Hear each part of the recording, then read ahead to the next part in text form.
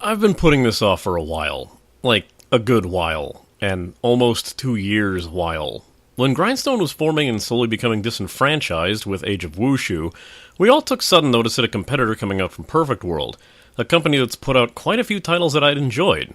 Maybe we'd get a version of Age of Wushu that fixed all of Snail's snailisms and polished up the genre to feel far less frustrating to get into.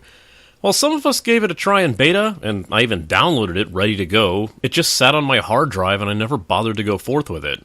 So now that the game was recently ported to Steam, I figured this was as good a time as any to actually take a look at it and finally scrub it off my PC. This is the MMO Grinder, and it's time to look at Swordsman.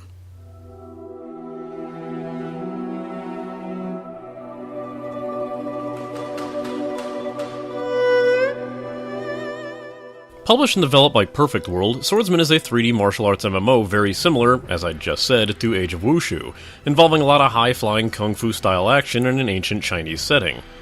Pay note that I say Swordsman, but you're likely going to see this game referred to as Swordsman Online. While I tend to be the kind of person who finds it redundant to tack online into MMOs, this, like The Elder Scrolls Online and Lord of the Rings Online, has a purpose, as it's based upon an existing series of novels by Chinese writer Louis Cha. So, the game is a solid foundation of a story, but as to how well that's represented here, I'd be getting ahead of myself.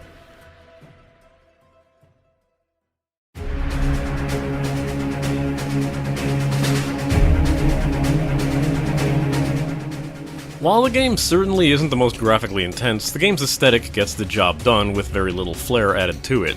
While there isn't anything outright terrible about the design choices, it's just that many of them are very low quality and leave a lot to be desired. When compared to its most obvious competition back during its launch, Age of Wushu just looks and feels better to play, but we'll get into that latter part of the statement soon. There's a lot of variety, but unlike Blade and Soul, it just tends to feel out of place at times, and animation quality is one of the game's weakest aspects. Depending on your viewpoint on extreme wire-fu, the many times the game takes control from you to do something it finds interesting can get incredibly frustrating. If you fall onto the side that finds wire-fu incredibly badass, you won't be annoyed that the game won't let you do these scripted moves normally.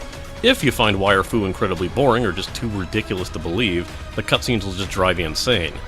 The entire game follows on this overly anime stereotype style, with moves that get more ludicrous as time goes on, which is in a stark contrast to Age of Wushu, where the majority of moves are just semi-plausible with a few outliers.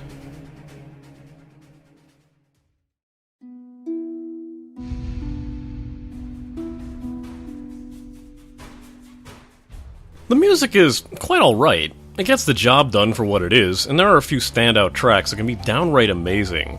These tend to be the exception, though, as you'll find that most of the music is rather low-key and repetitive.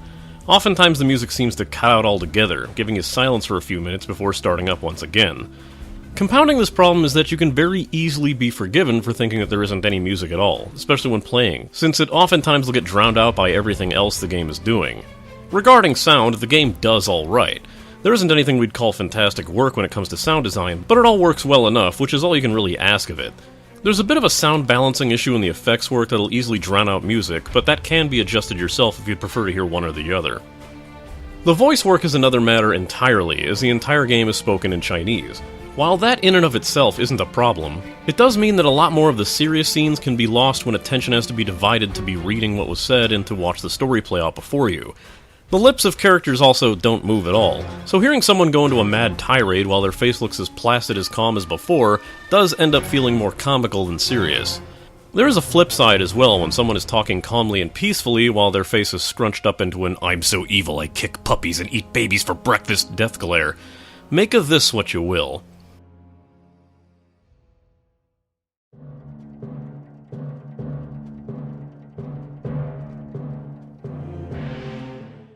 Starting out with the character creator, it isn't exactly limited in the ways you would expect, but you can't exactly make the intricate characters that you would want either. Many of the options presented are kinda generic, though sliders can create some rather interesting abominations, going even so far to have character avatar options, but with looks that you can't even replicate if you tried. Really, there isn't anything special to set this character creator apart from your typical fare, but at least does have a bit of variety going for it. When the game begins, you start out practicing your martial arts on a beach near your hometown of Sword Village. Following video game trope number 907, the village comes under attack by the forces of evil known as the School of Eminence, who are seeking the mystical sword technique of Sword Village. During the attack, you'll be taught the very basics of combat, which is a bit surprising because even these aren't needed, more of that in a second. To do that, you'll select between 3 forms of movement systems, but they all control oddly terribly, with the action combat being by far one of the worst. The other 2 options are Swordsman Classic and Traditional, which function more like your standard MMO systems, one being click for movement and the other being WASD with tab targeting. The one saving grace for action combat is that you'll have to roundhouse kick everyone you want to interact with in the face, which can give a couple chuckles for a few minutes. Regardless of what you pick, the combat itself is incredibly tedious and has the most extreme stand-and-hack style gameplay. Whenever you attack, you'll be locked into your current position, the exception being a few attacks can be charged on the move, but this will still lock you into a very specific movement once they activate. This impacts the feel of combat, and oftentimes you'll be left frustrated that you can't attack an enemy directly in front of you because you need to take one more step forward in order to do so. The game also uses the same schools for classes system that Age of Wushu does, though with much more mixed results. Some of the more interesting schools, like the Royal Guard and the Beggar Sect from Age of Wushu, are missing, while being replaced by a gun-wielding school which would strike me as incredibly one-sided, if not for the magical kung fu powers that mean flintlock balls aren't horrifically fatal. The current schools available in Swordsman are Shaolin, a male-only school of melee tanks focused on single-target control, Wu-Tang, tanks that are focused on self-shielding and counters, Splendor, swift DPS school that can focus on sustained damage, Infinity, a defensive school focused on counterattacks and counter-control, Harmony, melee assassins priding themselves on their versatility, Sun and Moon, melee and ranged hybrid DPS with a focus on blood, 5 Venoms, a female-only school focused on ranged DPS and crowd control, Zephyr, which focuses on counter-control and ranged crowd control using fans and ice magic, House Tong, who focuses on firearms, traps, and ranged DPS, and MI, a hybrid school with equal focus on both attack and defense. Unlike Age of Wushu, the MI school is not restricted to female characters only. This is where you'll be introduced to the idea that the game doesn't want you to, do anything ever.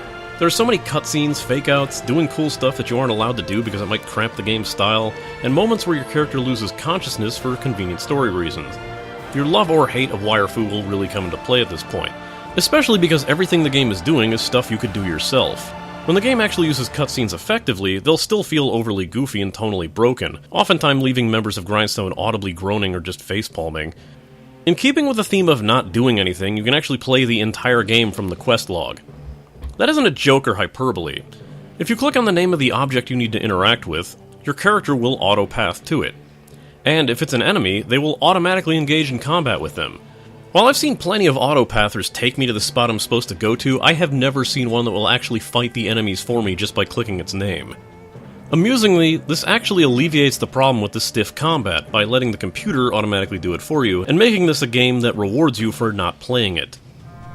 And the game will take this even one step further. While playing the game, you might notice that other players are showing odd behavior, refusing to talk or interact in any way while farming mobs and using potions when their HP only hits certain levels. If this were any other game, you would be immediately right in thinking that the game has a botting problem, and that Swordsman has a major bot infestation. The amusing thing here is that it is a completely intended system.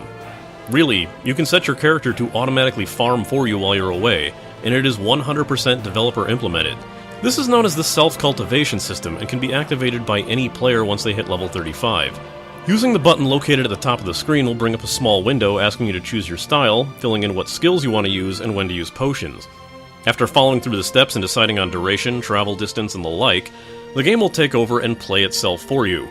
We have to admit that this is something really unique, as it let most of Grindstone play the game while they decided to play other games in the background. So what you can expect from your normal duties is rather generic quests that we've seen time and time again in other titles. Amusingly though, there are some quests that we feel would have made a lot more sense in Chinese than they do here, like stabbing your friend to get his antidote-riddled blood out to give to others seems like a bit of a translation error. This isn't the only instance where things get a bit weird. Oftentimes tooltips can be misleading if not outright missing altogether. One of the most amusing examples being the help button, which takes you to a blank page of answers every single time. There's a very basic crafting system within the game as well, which is a shame because it would have been more interesting to see them continue the Age of Wushu oddball crafting rather than a standardized formula. What can be considered a good thing though is that it seems you can be every crafting profession at once. This could be a bug or intended, but when trying to select everything, a couple Grindstone members reported that they could get almost everything with maybe one left over.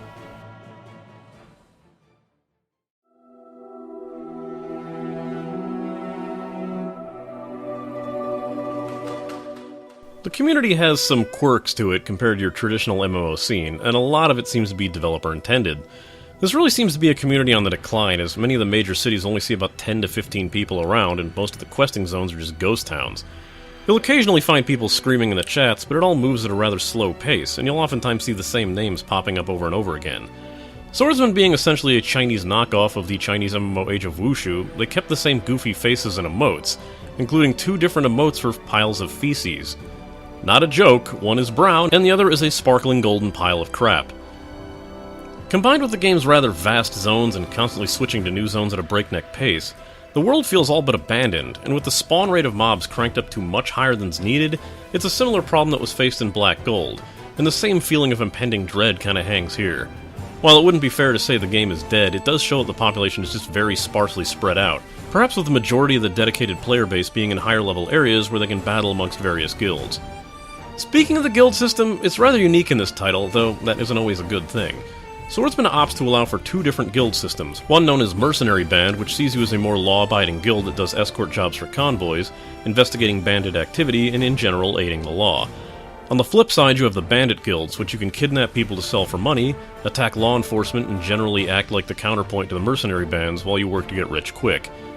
Essentially, this is the faction system for the game, though there's also a guild territory system where you try to take control over each zone for the benefit of your guild. That is an interesting system, but where the guild system falls flat on its face is when you actually try to make a guild in the first place. First, you'll need only 4 people in a party. Standard stuff, but you must all be at least friendship level 150 or higher, and then you have to declare your guild before you challenge the masters of the city to prove its worth, and then you can be granted a license to land and territory. So how do you get your friendship level up anyway?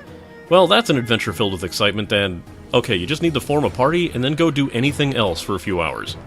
See, when you form up a party, you can get the usual benefits of sometimes sharing quest progress and sometimes not, but the most important thing to earn is those friendship points that tick up at what seem to be a rate of 1 every 15 minutes. Once you get to the illustrious rank of 150, you'll be known as a well-wisher and can team up with that person to form a guild. This is, of course, assuming that you have 4 people who have spent all enough time together, online, at the exact same time, in the same group, which turns out to be rather difficult, since we could barely get the 4 people on at the same time to even try and start a guild. There was a bit of amusement found that after spending hours in a sewing circle, we'd only move up to the stage of saying good morning to each other. So, again, maybe a translation slip-up?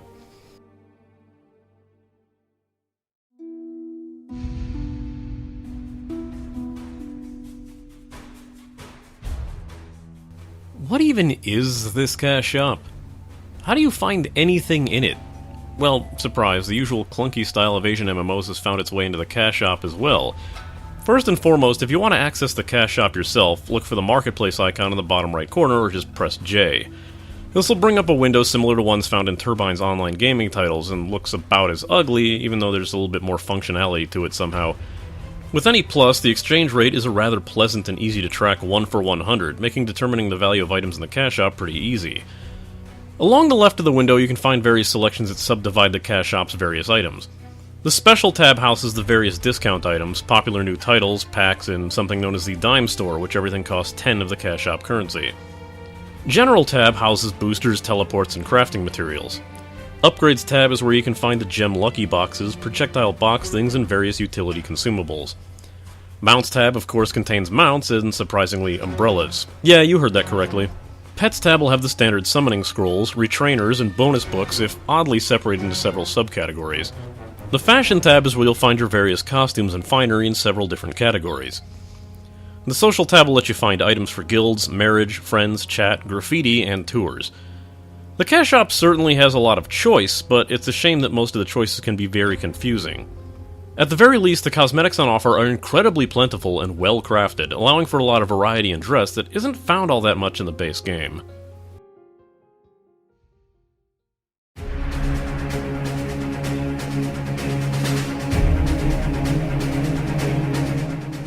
I don't really know what to say. I guess I was expecting far more from this game than I got, and I'm honestly kinda glad it's over. It sure captures the Wuxia style quite well, but there are so many basic MMO tropes here that just circles back around to not feeling special at all. You'll probably find something to enjoy if you watch this video with any interest in the game, but for the rest of you, there's other choices that just feel far better. Here's my final rating. The audience for this game will certainly be here. There's a certain flash and aesthetic to the Wushu style that, while certainly not limited in choice, will always have some people looking to try them out. And with a pedigree of story that's been around for over half a century, there might be something about this one that could be worth checking out. Like Age of Wushu, classes are school-based, but there are plenty of options to choose from, and including a gun and explosive-based class is certainly different enough on its own. It's nice to have as many choices with different playstyles as you do. Those turned off by Wushu's oddly complex quirks like the Chi and Meridian system and experience cultivation will relax knowing that it's replaced with the tried-and-true experience and level system as well as the skill point system, so you won't have to relearn how to do everything if you're just coming from a fantasy MMO. If you think you're going to be playing this for a while, it's the only way I would suggest even wanting to bother with the cash shop right now. It's full of those things that will make a ton of micromanaged systems easier, but your first glance will just make you more confused than anything. Still, the various cosmetics and mounts are nice and simple to understand, and great for showing off more flashy models and outfits within the game. I've been informed by some that they might find this as a play point, and I can see why. To have a system built into the game that is essentially legal botting takes away a lot of the tedium from enemy grinding, and lets you gain some experience easily while you're just off at work or taking a break. The problem is that the game is clearly built around this system. Botting in MMOs is rampant and almost always illegal, and seeing a game that not only encourages you to do it, but puts in one of those programs for you is off-putting to say the least. This ties in even further with the fact this is one of the most lazily designed PvE experiences I've seen in a game. It's like a system from a game made over a decade ago, where PvE design is just placing massive groups of cloned enemies in densely packed spots, specifically for you to grind with for hours at a time. The world as a whole then feels manufactured and fake. Overall, when I was hoping for an Age of Wushu that took the Wushu-ness out of Wushu, I found something that was far more Wushu than Wushu could hope to be. The control schemes almost seemed like an afterthought, and the UI was hopelessly unintuitive. Snail may be messy, but I expected a lot more from Perfect World, and what I got was something that just felt oddly rushed and needlessly complex for such simple and often unnecessary mechanics. There might be an audience for this Wushu game, but we certainly were not it. Next time, yes, it's Black Desert, so you can finally stop asking. It's odd that I have two interesting games coming out in the span of a month when I said I was cutting back to one episode. I guess you'll be able to figure out April's episode now.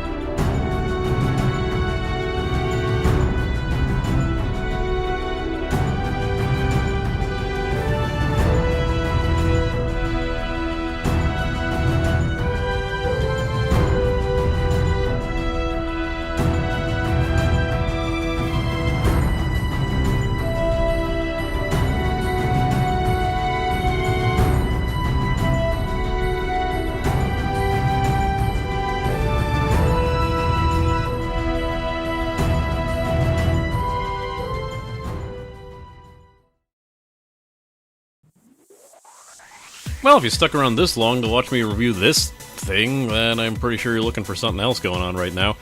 And of course, if you want to know what I really thought, and trust me, I got words, you'll find it on my site at mmogrinder.net under the Grindstone Tribunal, where we post this video on my site.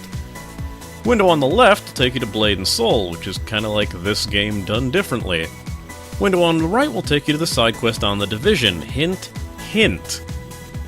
Not much in the way of announcements for me right now, and probably heard of them all already. Subscribe this, Twitter that, whatever, you can read. And once again, Slipstream encourages you to check out his website at notokensrequired.com, as well as his podcast, which you can find on twitch.tv/notokensrequired. I hope to God I remember to type out the S in that URL this time. for some reason really hard for me to do it.